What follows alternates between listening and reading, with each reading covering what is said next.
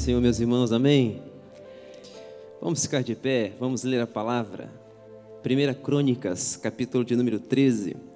Quero ser bem cirúrgico em minha fala e objetivo. Deus tem uma palavra para a sua vida. Quem veio ouvir a voz de Jesus, diga amém.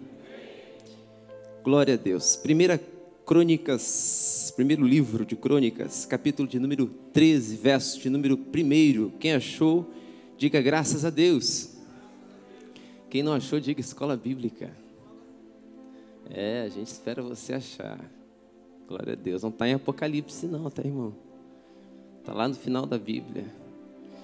Está escrito: consultou Davi os capitães de 1000 e os capitães de 100 e todos os príncipes, e disse a toda a congregação de Israel: se bem vos parece, e se vem isso do Senhor nosso Deus, enviemos depressa mensageiros a todos os nossos outros irmãos em todas as terras de Israel, e aos sacerdotes e aos levitas, com eles nas cidades e nos seus arredores, para que se reúnam conosco. Tornemos a trazer para nós a arca do nosso Deus, porque nos dias de Saul não nos valemos dela. Então toda a congregação concordou em que assim se fizesse, porque isso pareceu justo aos olhos de todo o povo. Podeis tomar assento. Manhã de ceia é uma manhã muito especial, singular, onde nós podemos refletir e pensar em uma palavra sólida. E eu quero pregar subalterno ao tema: a arca do Senhor e as 5 casas. Quantas casas eu disse? 5. Antes de nós falarmos sobre as 5 casas, é importante que entendamos a importância que a arca do Senhor, a arca da aliança, tinha para o povo de Israel. No livro de Êxodo, capítulo de número 37, verso 1, a Bíblia relata que um artista de nome Bezalel foi chamado por Moisés, por Rabino Moshe, Moisés o nosso mestre, para construir a arca do Senhor. A arca do Senhor para a nação de Israel era a prova material da existência de Deus, o símbolo máximo de sua presença entre os homens na terra. Ela era feita de madeira de acácia, símbolo da incorruptibilidade, e era revestida de ouro puro, tanto por dentro como por fora. Historiadores pensam e dizem que a arca do Senhor tinha aproximadamente, ou pesava, 1 tonelada. Para se ter uma ideia, a tampa do propiciatório, onde ficavam 2 querubins alados, pesava 32 quilos de ouro puro. Era ali que se manifestava a Shekinah, era ali que se manifestava a Kavod, a glória do Senhor. Então, ter a arca era ter a presença de Deus. E eu fiquei muito feliz quando entrei aqui e já pude ver as ministrações, o pastor Fabrício sinalizando a importância da presença de Deus na vida. Você pode ter tudo, mas se a presença de Deus faltar na sua vida, faltou tudo. Berdyaev sinaliza, antropólogo russo, e Dostoiévski, que há um vazio no coração humano do tamanho de Deus, e só a presença de Jesus Cristo pode preencher esse vazio que existe na alma humana. Mas vamos avançando na mensagem. Eu quero falar sobre as 5 casas por onde a arca do Senhor passou. A primeira casa é a casa de Eli. Olha para essa pessoa linda do seu lado, dá um sorriso, é uma chips, mostra a dentadura nova para ela e diga: casa de Eli. Casa de Eli, gente, é a casa da irreverência. A Bíblia Sagrada nos diz, em 1 Samuel capítulo 2, versículo de número 17, que os filhos de Eli desprezavam ao Senhor. O hagiógrafo, no capítulo 2 de 1 Samuel, versículo 12, chama-os de filhos de Belial, que significa desprezíveis e abomináveis. Não bastasse a irreverência para com Deus e os sacrifícios, eles se prostituíam com as mulheres da tenda da congregação. E o pai, Eli, ao invés de corrigir os filhos, passou a mão na cabeça dos rapazes, fazendo vista grossa, honrando-os, diz o espírito de profecia. E isso fica claro no capítulo 2, versículo 29, parte B de 1 Samuel, quando o Senhor fala da seguinte forma contra a casa de Eli: porque honra a teus filhos mais do que a mim. Deus estava dizendo a Eli o seguinte: quando você compactua com o pecado de alguém, você está honrando este alguém mais do que o Senhor. Então Deus já havia julgado a casa de Eli por causa dos seus pecados, e a ruína chegaria agora sobre a casa de Eli de maneira sistemática, porque não pode habitar no profano ou sagrado. Deus não aceita prostituição, Deus não aceita lascívia no altar. Santidade ao Senhor é o que diz o espírito de profecia. E se você crê nessa palavra, glorifique e exalte o nome de Jesus.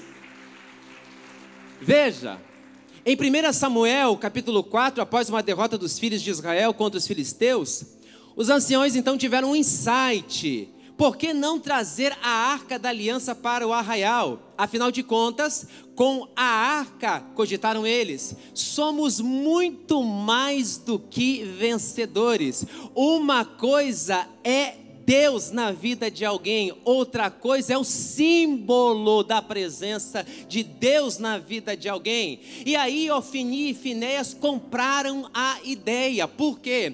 Porque a arca era um paramento militar também para a nação de Israel. Quem conhece a Bíblia sabe, Josué capítulo 6, que com a arca da aliança, com a presença de Deus, Josué venceu a imponente Jericó. Então eles pensaram: estamos numa batalha, vamos trazer a arca da aliança para o meio do arraial e nós vamos ganhar então a luta dos filisteus. O problema é que Ofni e Finéias confundiram o que acontece nos dias de hoje, da mesma forma, espírito de crença com o espírito de fé.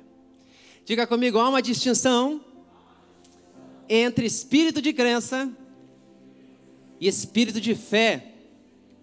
Qual a distinção, pastor? A distinção é que a fé opera quando a palavra de Deus é obedecida, e o espírito de crença opera por meio do pragmatismo.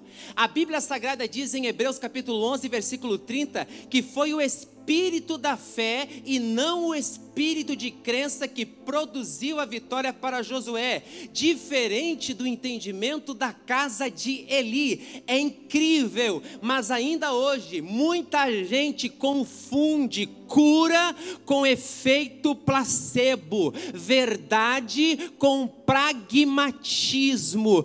Deus só opera verdadeiros milagres quando a sua vida está equalizada, alinhada no mesmo nível da palavra dele. Não confunda pragmatismo que dá certo com a verdade da palavra de Deus que permanece para todo sempre. Só quem está entendendo a palavra nessa manhã, aplauda o nome do Senhor Jesus. Escute, com Josué sempre vai dar certo. Sabe por quê?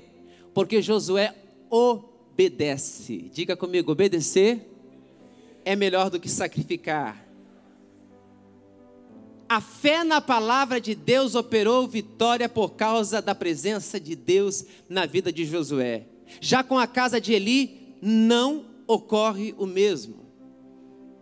A história diz que Deus julgou a casa de Eli por causa das transgressões não corrigidas de seus filhos, de modo que, estando Eli com 98 anos de idade, com os olhos já obstruídos, chegando a notícia de que seus filhos haviam morrido e a arca da aliança havia sido tomada, ele caiu da cadeira, quebrou o pescoço, porque já era homem velho e pesado. A presença de Deus não estava mais com Eli. A Bíblia diz que ele estava com 98 anos e os seus olhos já haviam se escurecido, diferente de Moisés, que estava com 120 anos e os seus olhos contemplavam ainda todas as coisas, porque a presença de Deus jamais vai permitir que um homem e uma mulher percam a visão das coisas espirituais. A cegueira só chega na vida de alguém quando alguém não tem mais a presença de Deus. Mas quando você tem a presença de Deus, a primeira coisa que Deus te dá, meu irmão e minha irmã, é visão. Receba nesta manhã visão da glória de Deus, do poder de Deus, da unção de Deus. Deus está ampliando nesta noite a sua visão e te dando visão como águia, meu irmão e minha irmã. Visão é a marca de quem tem a presença do Senhor na vida. É incrível, porque tem pessoas, queridos irmãos e queridas irmãs, que confundem muitas vezes motivação com entusiasmo. Qual é a diferença, pastor, de motivação de entusiasmo? Sabe, tem muita gente motivada no reino de Deus, na igreja, adrenalina pura. Você vai até um tempo, você vai até uma distância, mas o que faz a diferença não é motivação no reino de Deus. O que faz a diferença é entusiasmos, enteos, com Deus. Com Deus você sempre caminha outra milha. Com Deus você oferece a outra face se for preciso. Com Deus você pode todas as coisas em Cristo Jesus, porque é Ele que te fortalece. Com Deus você prevalece, querido, ainda que todos torçam contra, porque 1000 vão cair ao seu lado, 10.000 à sua direita, mas com Deus você não será atingido. Com Deus você pode mais, com Deus você vence, com Deus você rompe. Então não confunda a motivação com entusiasmo. Seja entusiasmado, meu irmão, tenha Deus na sua vida e você vai prevalecer. Mas isso não aconteceu na casa de Eli.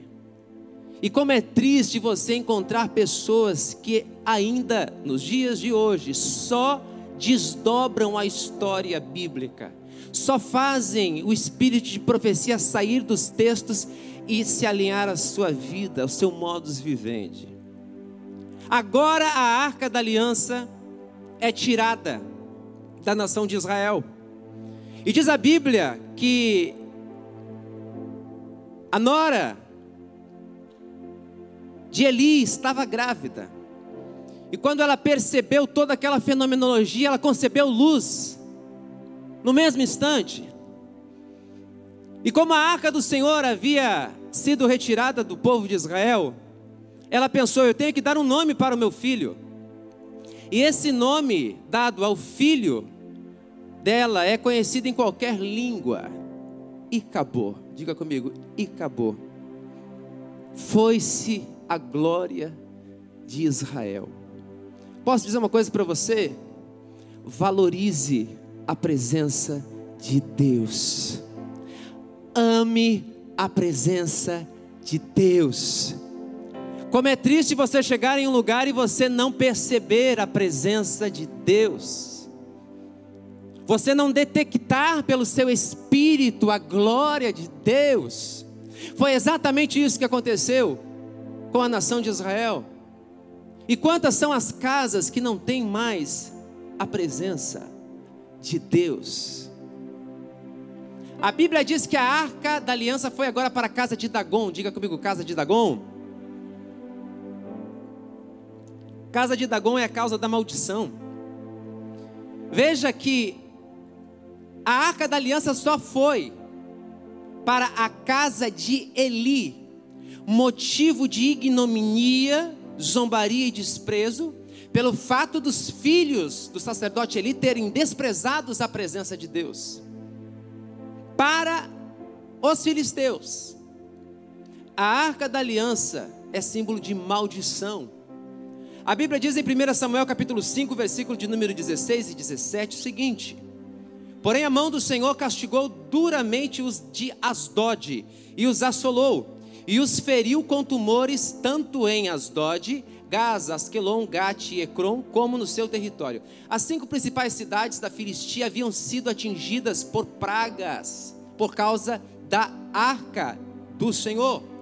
E é interessante, irmãos e irmãs, que quando a arca de Deus chegou na casa de Dagon, os filisteus conjecturaram o seguinte: vamos colocar esse baúzinho, essa caixinha, nos pés de Dagon, demonstrando que Dagon é superior ao Deus dos hebreus.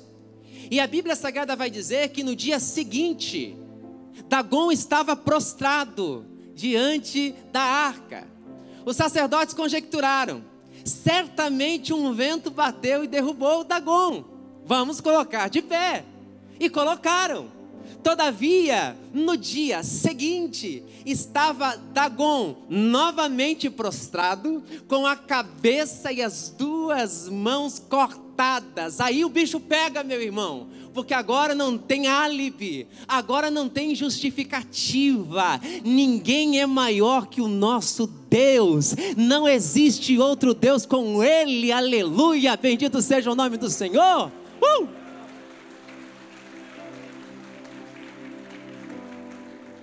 O que é que Deus estava querendo nos ensinar com isso, pastor? Deus queria, através deste acontecimento, deixar claro de uma vez por todas que a adoração não pode ser compartilhada. E mais, coração dividido e a ambiguidade não podem andar juntos quando Deus se revela para alguém. Você precisa tomar uma decisão até quando você vai servir a 2 senhores. Se não dá para dizer glória a Deus, diga ai, ai, ai, meu irmão. Até quando? Olha para essa pessoa linda do seu lado, seja profeta, eu quero ver agora. Diga aí, até quando?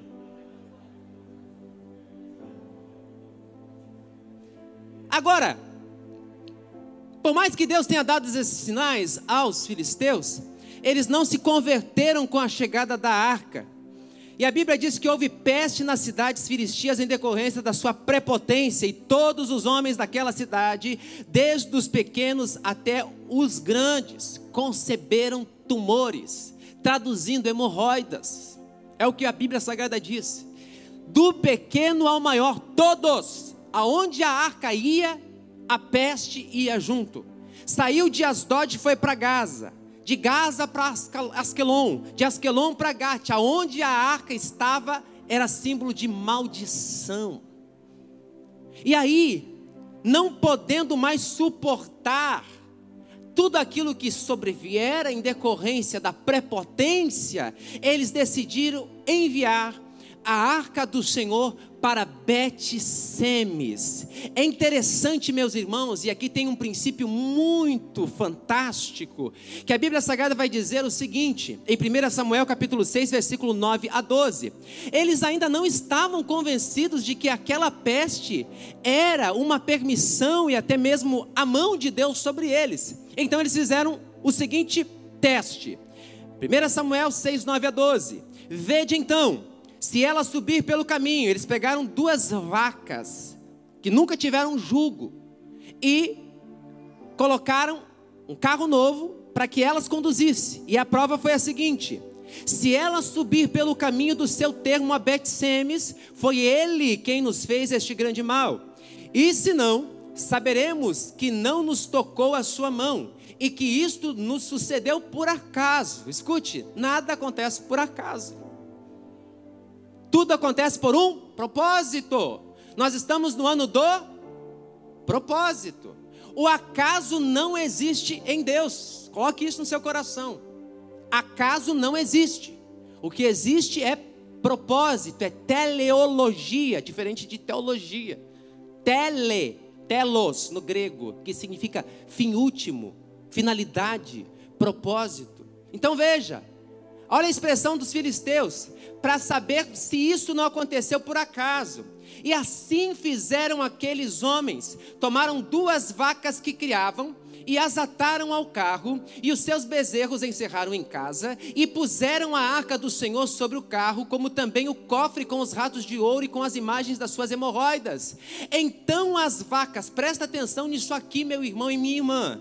Então as vacas se encaminharam diretamente pelo caminho de Bet-Semes e seguiam o mesmo caminho, andando e berrando, sem se desviarem, nem para a direita, nem para a esquerda. Porque quando a presença de Deus está na vida de alguém, este alguém anda em linha reta, meu irmão e minha irmã. A Bíblia Sagrada diz em Gênesis capítulo 5, versículo 22, e andou Enoque com Deus. Andar no hebraico significa andar em linha reta, sem se desviar nem para a direita e nem para a esquerda. Versículo 24, e nunca mais ninguém ouviu, porque Deus o tomou para si. Escute, quem tem a presença de Deus anda sempre em linha reta e linear. A sua vida é uma vida de ascensão para a honra e glória do nome do Senhor Jesus Cristo. Se a presença de Deus está na sua vida, meu irmão, essa precisa ser a sua realidade.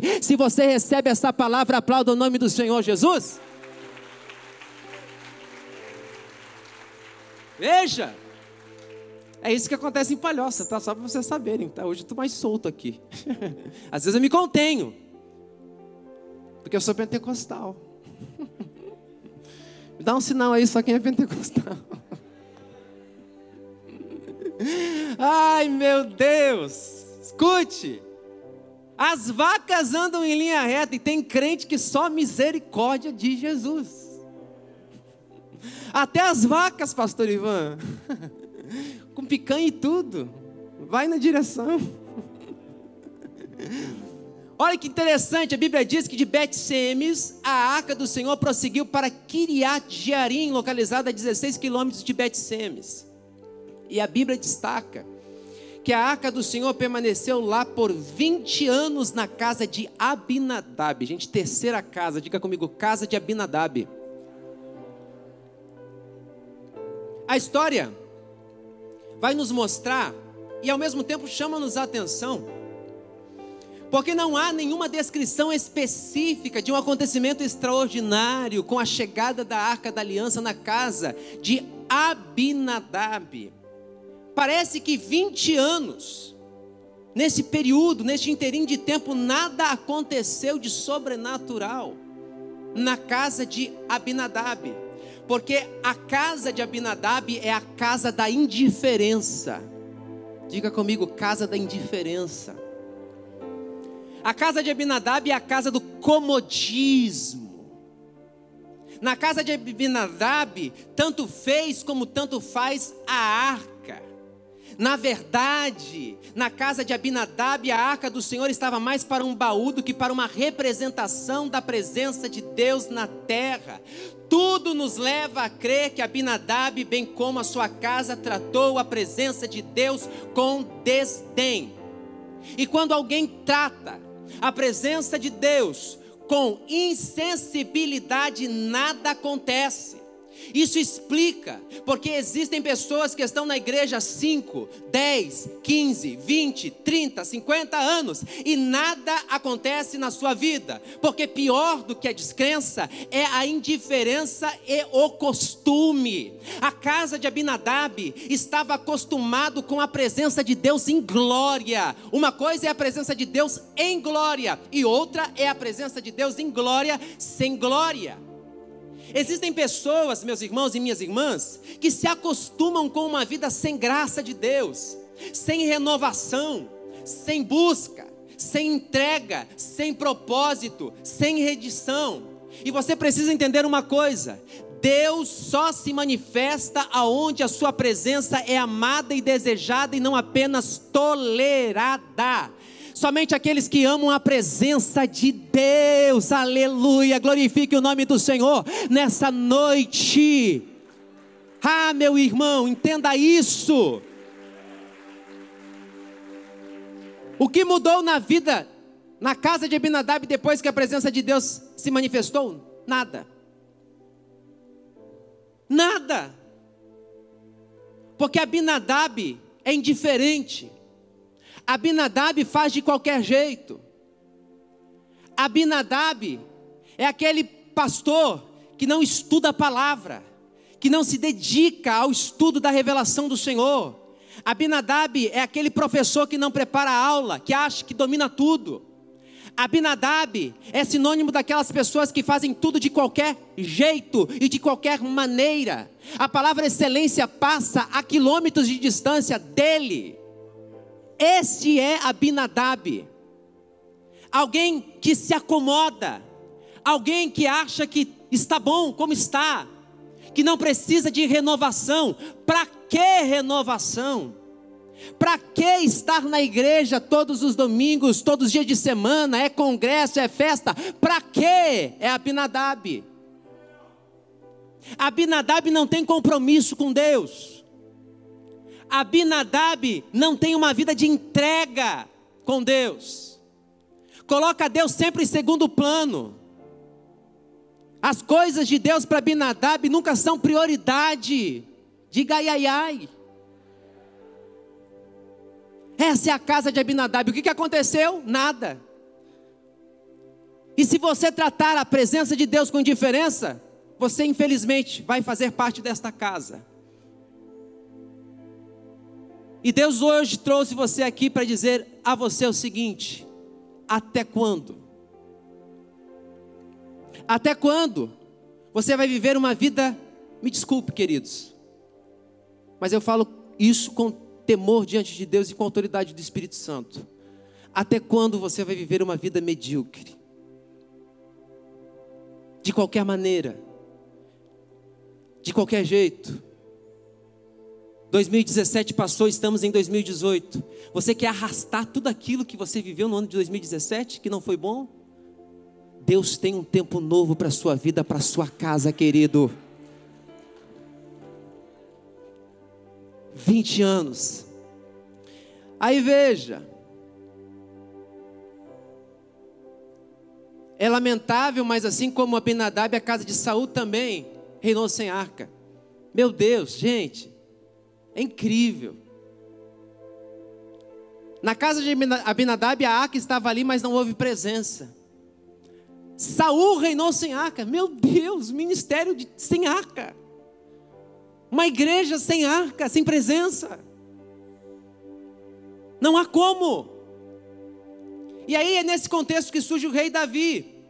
Davi não queria reinar sem a arca. Davi queria a presença de Deus com ele, porque ele sabia que com a presença de Deus, ele era muito mais do que vencedor. Ei, com a presença de Deus você vai fazer diferença onde você chegar. O que faz a diferença na vida de um homem não é a voz bonita, não é postar o diafragma aqui nesse púlpito e abrir os lábios com aquela voz maviosa e melíflua e encantar as multidões, não. O que faz a diferença na vida de um homem e de uma mulher é a presença do Espírito Santo de Deus, querido. Aplauda o nome dele se você crê nessa palavra.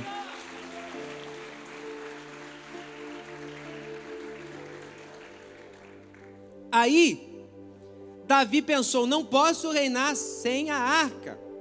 E tendo passado 20 anos, diz a palavra, que Davi ao reinar sobre todo Israel, decidiu trazer a arca da aliança para Jerusalém. Vou trazer para Jerusalém. E aí, ele faz uma coisa, 1 Crônicas capítulo 13, que é o texto que nós lemos. Olha o que a Bíblia diz. Consultou Davi os capitães de 1000 e os de 100 e todos os príncipes, e disse a toda a congregação de Israel: se bem vos parece, se isso vem do Senhor, nosso Deus, enviemos depressa mensageiros a todos os nossos outros irmãos, em todas as terras de Israel, e aos sacerdotes, e aos levitas, com eles nas cidades e nos seus arredores, para que se reúnam conosco.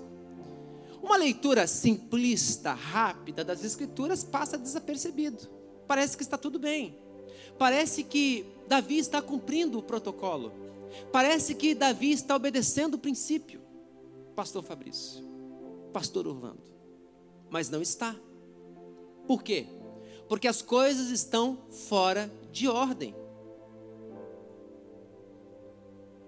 Enviemos mensageiros a todos os nossos irmãos. Veja, Davi, antes de consultar os generais, ele deveria ter consultado a Deus e não os seus generais. Ele deveria ter consultado os sacerdotes, os levitas, que são aqueles que ministram diante de Deus, e não os capitães, não os generais. As coisas estão invertidas aqui. E aí, a vida de muita gente também está invertida. Exatamente pelo fato de não atentar para princípios básicos da palavra de Deus. E quais são eles? Primeiro, você consulta a Deus para qualquer coisa na vida. E depois você consulta o pastor, o seu líder. Depois você consulta quem você quiser. Mas primeiro você tem que consultar a Deus. Só que aí entra uma lição preciosa nesse texto que eu não posso deixar de passar para você. Davi comunicou a Deus. Ele não pediu. Diga comigo, comunicar é diferente de pedir. Sabia que tem muita gente que comunica a Deus? Deus, tô casando, hein, Deus? Tô casando, pai, abençoa aí. Deus, estou abrindo uma empresa, abençoa. Está comunicando. Deus, estou comprando uma casa, estou comprando um carro. Está comunicando. É diferente comunicar de pedir, de consultar. Davi comunicou a Deus. E tem muito crente que faz o que faz e quebra a cara. Dá errado, não dá certo porque você não obedece princípio. Você não se submete à autoridade. Dá errado. Aí depois você vem com aquela cara. Sabe aquela cara que só você sabe fazer? Pastor, eu não sei o que aconteceu, pastor. Sabe? O diabo está furioso contra a minha vida, aquele chifrudo. Tranca a rua, pastor, sabe? Um demônio cheio de chifre, sabe? Se levantando contra o meu ministério. Porque você não entendeu o princípio. O reino de Deus não é para educadinhos. Comunicar é bom. Isso é educação. O reino de Deus é para quem obedece. Aplauda o nome do Senhor Jesus. Eu sei que a palavra é Santa Ceia. É Santa Ceia. Você precisa de uma palavra consistente. Então entenda isso. E aí, diz a Bíblia Sagrada que a consequência veio. O resultado veio. 2 Samuel 6,5. Festa e alegrias estão no meio do arraial. Davi está alegre, porque a arca do Senhor está retornando para Jerusalém. Glória a Deus, aleluia. Está todo o povo dançando, jubilando. É a arca do Senhor, afinal de contas, gente. Só que na eira de Nacon, diga comigo, Nacon. Nacon significa correto. Olha para essa pessoa que está perto de você e diga para ela, correto. E o que me chama a atenção é que a eira de Nacon era um lugar extremamente plano. Era impossível alguém tropeçar ali. Impossível. Mas os bois tropeçaram porque Davi não fez o que era correto. E quando você não faz o que é correto, você corre o risco de tropeçar. A Bíblia diz que quando os bois tropeçaram, Uzá estendeu as mãos com o intento de segurar a arca do Senhor, pelo que Deus o feriu naquele dia. E aqui tem uma outra lição. Pastor Orlando Pai. Qual, pastor? A intenção às vezes pode até ser boa. Você pode até ser sincero. Mas não faça aquilo que você não foi chamado para fazer. Não queira você segurar a glória que não te pertence. Não queira você estender as mãos na arca do Senhor. Você desconhece às vezes os propósitos de Deus. Isaías diz que assim como os céus são mais altos do que a terra, assim são os pensamentos de Deus. Os caminhos de Deus são mais elevados do que os meus caminhos e os seus caminhos. E se Deus quisesse que a arca flutuasse no ar, será que Deus não tinha poder para fazer isso, meu irmão? Tinha, mas alguém se atravessou, interrompeu um modus operandi. Não interrompa processos de Deus, meu irmão e minha irmã. Não seja aquele pai neurótico, porque às vezes a gente transfere a nossa paternidade. A gente pensa que Deus vai agir conosco como nós agimos com os nossos filhos. E os nossos filhos, qualquer coisinha que eles fazem, a gente já está em cima. O que houve? Já está segurando eles. E a gente transfere isso para Deus, pensando que Deus vai fazer a mesma coisa. E Deus, muitas vezes, deixa as coisas andarem na nossa vida para que a gente cresça, para que a gente amadureça, para que a gente ganhe consistência. É por isso que muitas vezes Deus não interrompe processos na sua vida. E não queira você interromper processos na vida de ninguém. Porque se Deus está tratando com alguém, deixa Deus tratar. Porque senão você vai trazer luta para você. Quem aqui quer uma lutinha? Aleluia. Veja, a intenção é pura e sincera, mas Uzá estava desautorizado para segurar a arca.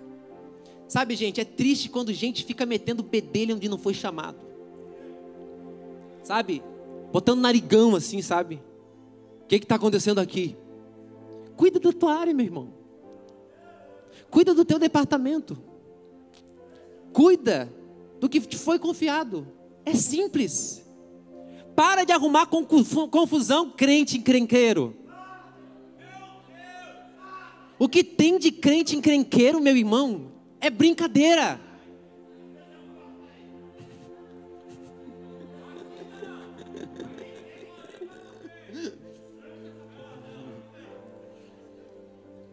Para, Deus está dizendo.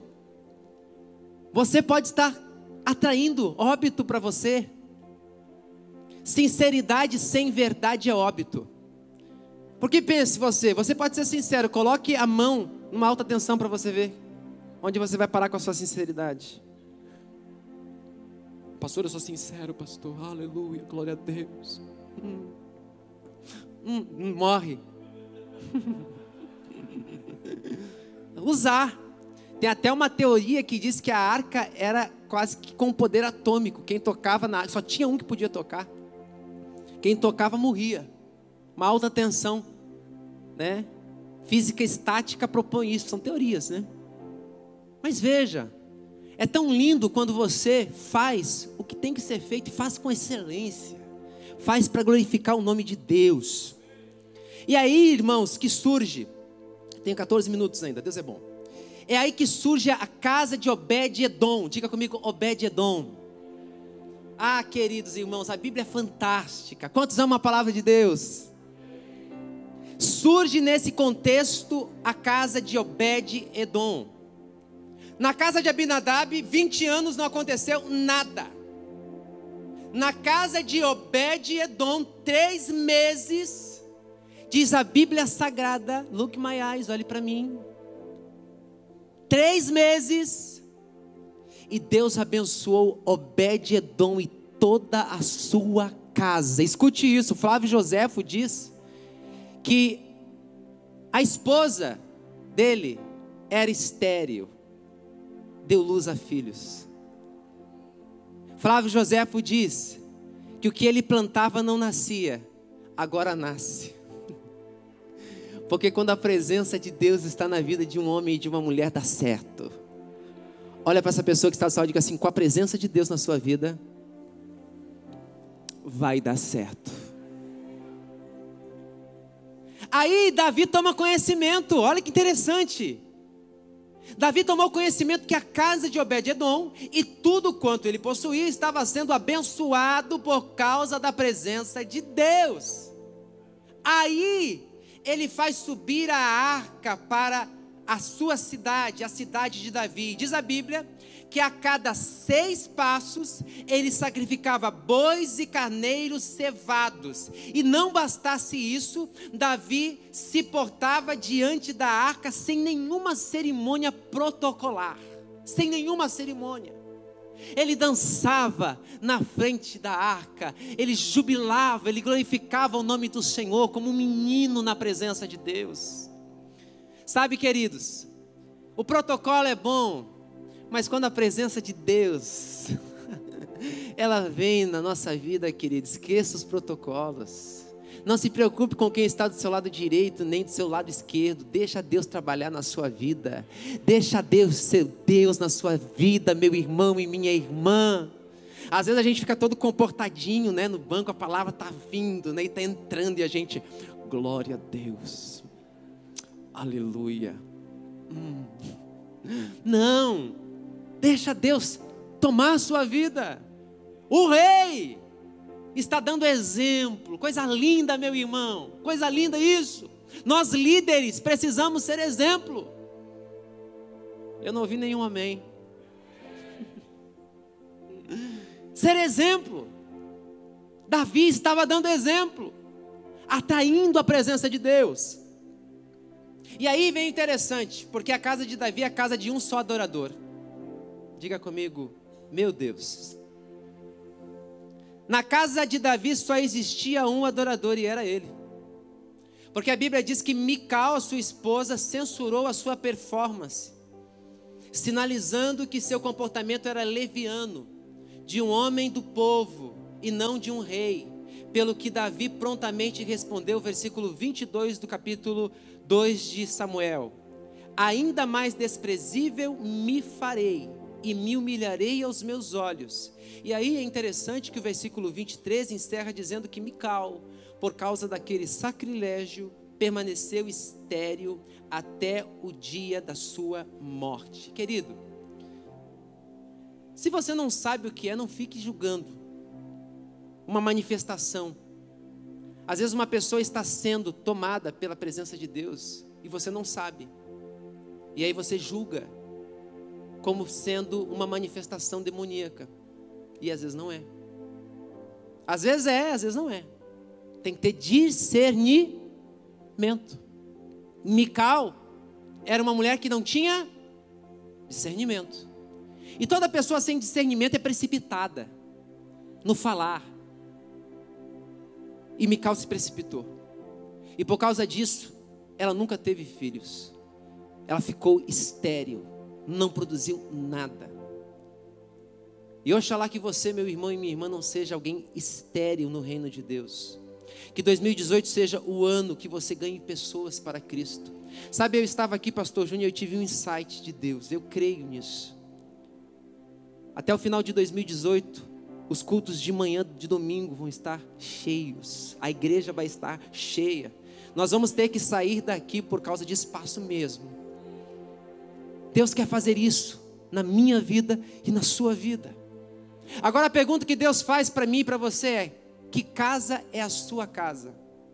É a casa de Eli? É a casa de Dagom? É a casa de Abinadab? É a casa de Obed-edom? Ou é a casa de Davi?